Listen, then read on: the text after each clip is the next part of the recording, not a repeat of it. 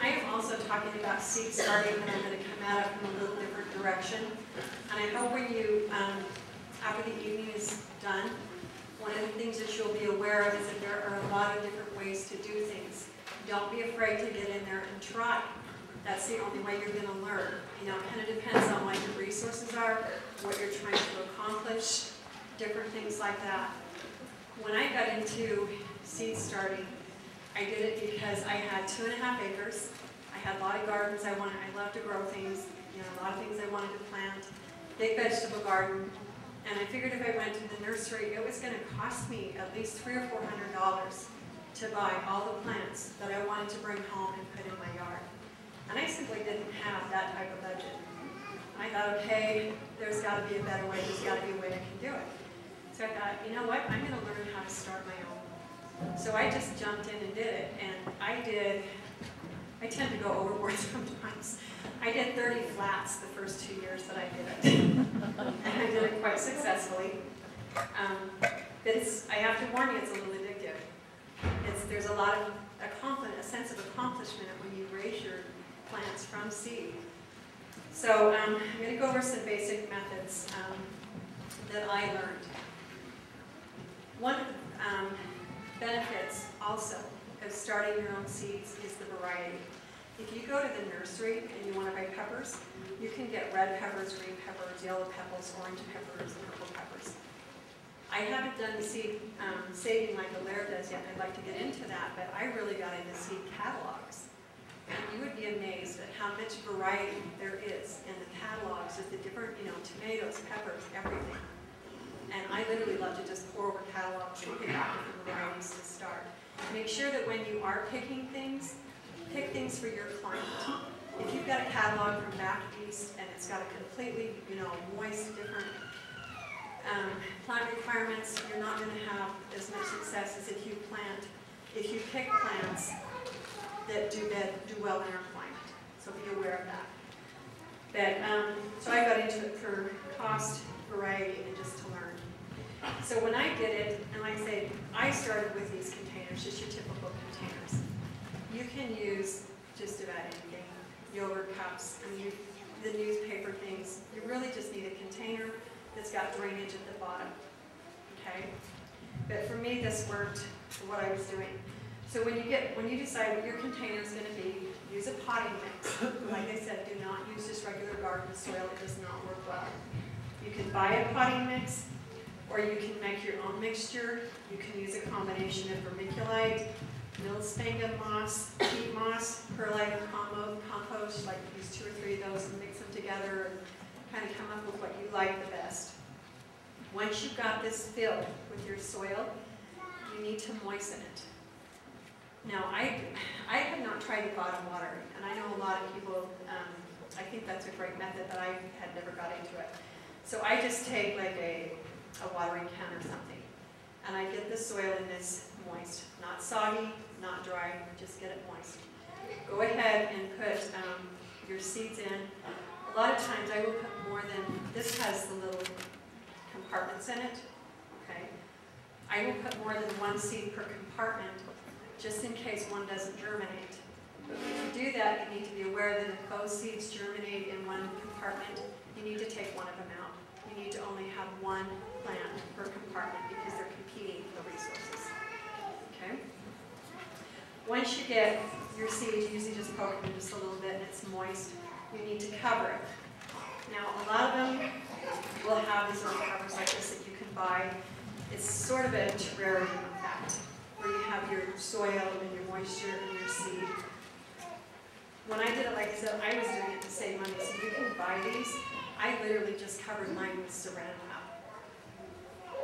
And what you want to do is as soon as your seeds germinate, you take that cover off. One of the things that will also help with damping off to prevent it is the oxygen that gets to the plant. If you've kept it covered after it germinates, it doesn't get sufficient oxygen. And that will contribute to your damping off. So once it's germinated, just take the cover off. Now, one of the things that they'll recommend if you go and read about it is to buy a warming tray. Because one of the things that triggers the seed to germinate, to sprout, is the warmth of the soil. I started going online and thinking, okay, I need to buy warming trays. Well, they weren't very cheap. I thought, by the time I buy all my stuff, I might as well go buy my plants. So I got really creative. And I thought, okay, a warming tray.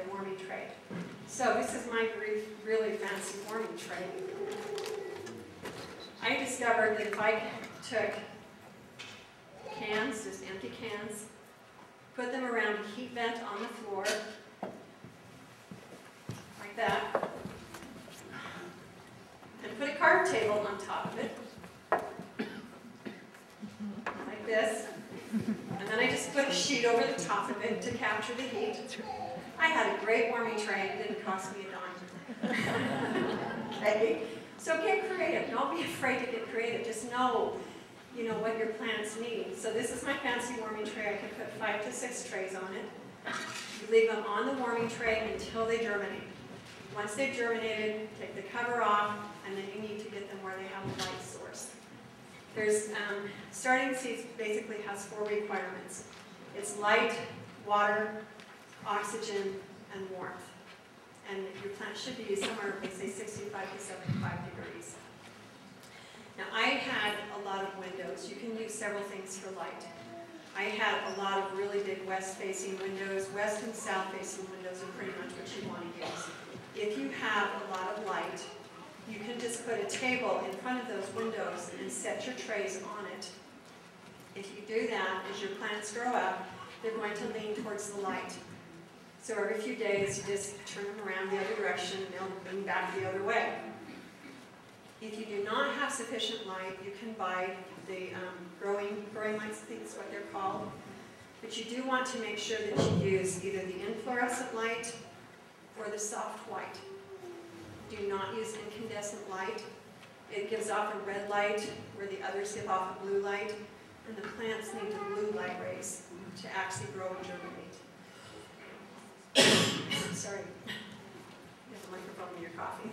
Anyway, one of the things that you need to do now, because I didn't get into the bottom watering, I did the top watering. You can do either one. They do recommend the bottom watering. But the one thing that you do need to be aware of is that your transplants are going to be very tender. And I found that if I missed watering one day, I started losing seedlings. So you have to be very diligent in making sure that you keep the soil moist. You cannot let them dry out. If you are going to top water, I found a little bottle that had kind of a drip to it. So I could just turn it over and just kind of slowly go down the row. You never want to overwater them. Overwatering plants can kill them as fast as underwatering them. So if you do top water, just make sure you do it on a daily basis, and you just give them enough to keep them moist. As far as fertilizer is concerned, if you're using a good potting soil, you're probably not going to use it for need it for the first few weeks. If you're concerned about your potting soil not having enough nutrients, if your plants look kind of pale, then you can use a half-strength fertilizer after the first true leaves appear. And after that, you could just use this for 3 weeks, a half-strength fertilizer. If you're trying to avoid buying stuff, if you make compost, could you just use your compost? Yes, you can use your compost teas. Any of that type of stuff works great. And then after the 3 weeks, then you can use it full strength. The other thing that you need to remember is that once you've got your plants to the point where they're, you're getting ready to put them outdoors, and Alaire did cover a lot of this, you do have to harden them off. That is really critical because they're in a very protected environment, and you just throw them outside into the harsh weather, and you're going to lose a lot of them. So like Alaire said, you want to take them out maybe 2 hours the first day, just in a sheltered area, each day just to increase that until they get used to it, and then start doing overnight. One thing I do miss that you want to be aware of too is not all plants should be started from seed. Make sure you know which ones. Some plants need to be direct seeded into the soil. In Utah, the ones that I generally did was artichokes, eggplant, okra, peppers, tomatoes. You can do your melons, your pumpkins, your squash, your cucumbers. They do just as well direct sown, but if you do those, make sure you only do it 2 to 4 weeks before you put your plant because they sprout really